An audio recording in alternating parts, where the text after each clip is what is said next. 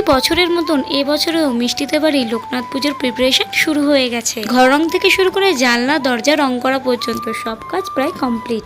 এত ব্যস্ততার মাঝখানেও কিন্তু তোমাদের দাদাভাই আমার কথা ভোলেনি, আমাকে নিয়ে চলে গেল সোনার দোকানে গিফট কিনে দেবে বলে।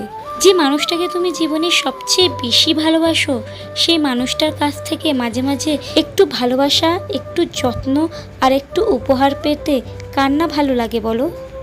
তাই আমি যখনই শুনলাম যে আমাকে গিফট দেওয়া হবে, আমার তো আনন্দে মাটিতে পাই পড়ছিল না। ওখানে এত ধরনের কালেকশন ছিল যে কোনটা ছেড়ে কোনটা নেব কিছু ভেবে পাচ্ছিলাম না। লাস্টে ভাবলাম যে একটা পার্ল সেট নিই।